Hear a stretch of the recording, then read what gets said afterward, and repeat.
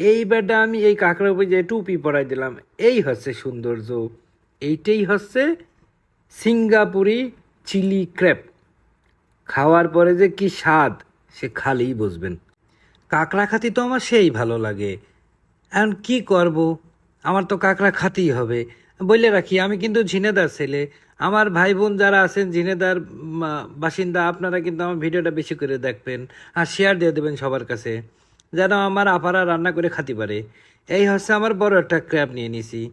আমি উপরে খোসাটা মেলেই পরিষ্কার করে নিছি আগে। এবার হচ্ছে এইটা ধুয়ে পরিষ্কার করে নেব। পরিষ্কার করা শেষ, এবার আমি ছোট ছোট করে কাটবো। এ ছোট ঠ্যাং বড় ঠ্যাং যা আছে সব কটা কেটে নিতে হবে। তা এ আছে, আমি বড় ঠ্যাংগুলোকে কাটলাম। আর এটা হচ্ছে আস্ত শরীর, ওইটা আমি আস্তই রাখবো। আর এই বড় ঠ্যাংগুলোর যে ইগুলো আছে ওগুলো ফাটিয়ে নিচ্ছি, তা নাহলে পরে আমি ফাটাইতে পারবো না। খাওয়ার সময় পরে ঝামেলা হয়ে যাবে না, এর জন্য আমি আগে থেকে কেটে নিলাম। আর এগুলো আছে ছোটো ঠ্যাং, ওই আগার উপর যে সুইয়ের মতো ওগুলো আগে থেকে কেটে নিছি। আর এইবার নিচে আছে পেঁয়াজ। আর আমি যে পেঁয়াজ কাটার জন্য বিখ্যাত, সেগুলো তো মানে আমার পুরাতন অডিয়েন্স যারা আছে তারা সবাই কম বেশি বলতে পারবে। পেঁয়াজ কাটা শেষ, এবার নিয়ে নিলাম রসুন। সেগুলো কুচি কুচি কুচি কুচি করে কাটবো। আমার কাটা প্রায় শেষ, এবার এক টুকরো আদা নিয়ে নিছি। আদাটারও ওই একই হাল করতে হবে, কেটে কুচি কুচি করতে হবে, যেন রান্নার সময় তরকারির সাথে একদম মিক্স হয়ে যায়। এই নিয়ে নিলাম একটু শুকনো ঝাল, ওইটা আবার দিয়ে দিলাম ব্লিন্ডারে। আর নিয়ে নিলাম টমেটো, ওইটাও ব্লিন্ডারেই দিতে হবে। এই হচ্ছে আমার রান্নার ফুল সেট আপ। আমি নিয়ে বসে পড়িস, এখন আমি রান্না করব। আরে আমার চুলোটা দেখেছেন, সে ভিআইপি একটা চুলো, আর যেখানে সেখানে নিয়ে যাওয়া যায় আর মজার মজার রান্না করে খাওয়াও যায়। তো এবার আমি কড়াইতেই সর্বপ্রথম দিয়ে দিলাম তেল। তেল গরম হয়ে গিয়েছে, এবার আদা রসুন যা কিছু আছে সবগুলো দিয়ে দিলাম। আমি কিন্তু ওই শুকনো ঝাল যেটা দিয়েছি ওইটা দিয়েই রান্না করব, আর কোনো এক্সট্রা কাঁচা ঝালমাল দেবো না। কারণ এটার নামই হচ্ছে সিঙ্গাপুরি চিলি ক্র্যাব। তার মানে আমি সিঙ্গাপুরি স্টাইলে আজকে কাঁকড়া রান্না করে খাবো।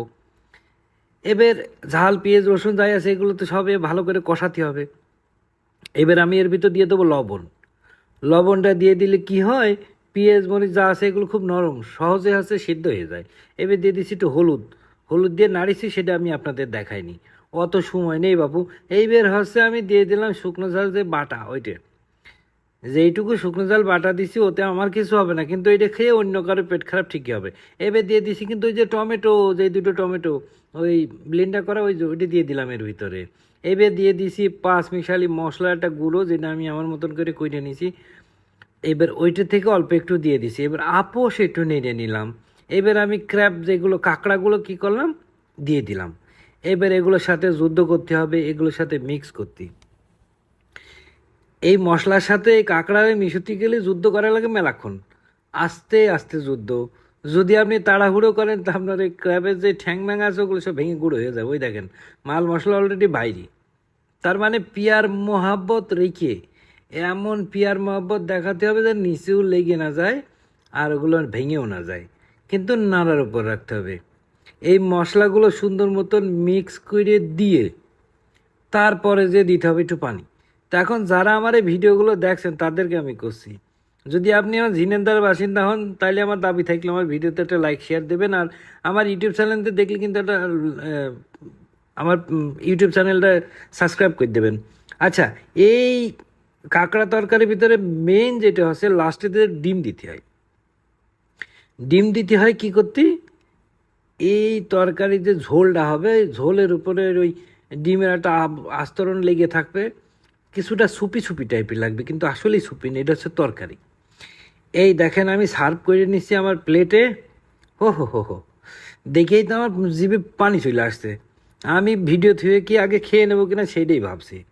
না না, আগে আগে আমি আপনাদের দেখাইনি, একটু ভালো করে মানান টানান কইরে ডেকোরেশনটা করে নিই, তারপরে আমি যে খাবানি খাওয়ার ভিডিও দেখাতে পারবো না। রেসিপি খুব কষ্ট মষ্ট করে করেছি, অ্যান্ড আপনারা ভালো করে আপুরা যারা আছেন তারা পারলে শিখে নিন আমার কাছ থেকে। এইবারটা আমি এই কাঁকড়ার উপর যে টুপি পরাই দিলাম, এই হচ্ছে সৌন্দর্য। এইটাই হচ্ছে সিঙ্গাপুরি চিলি ক্র্যাব। খাওয়ার পরে যে কি স্বাদ, সে খালেই বুঝবেন। সবাই ভালো থাকবেন, আল্লাহ হাফেজ।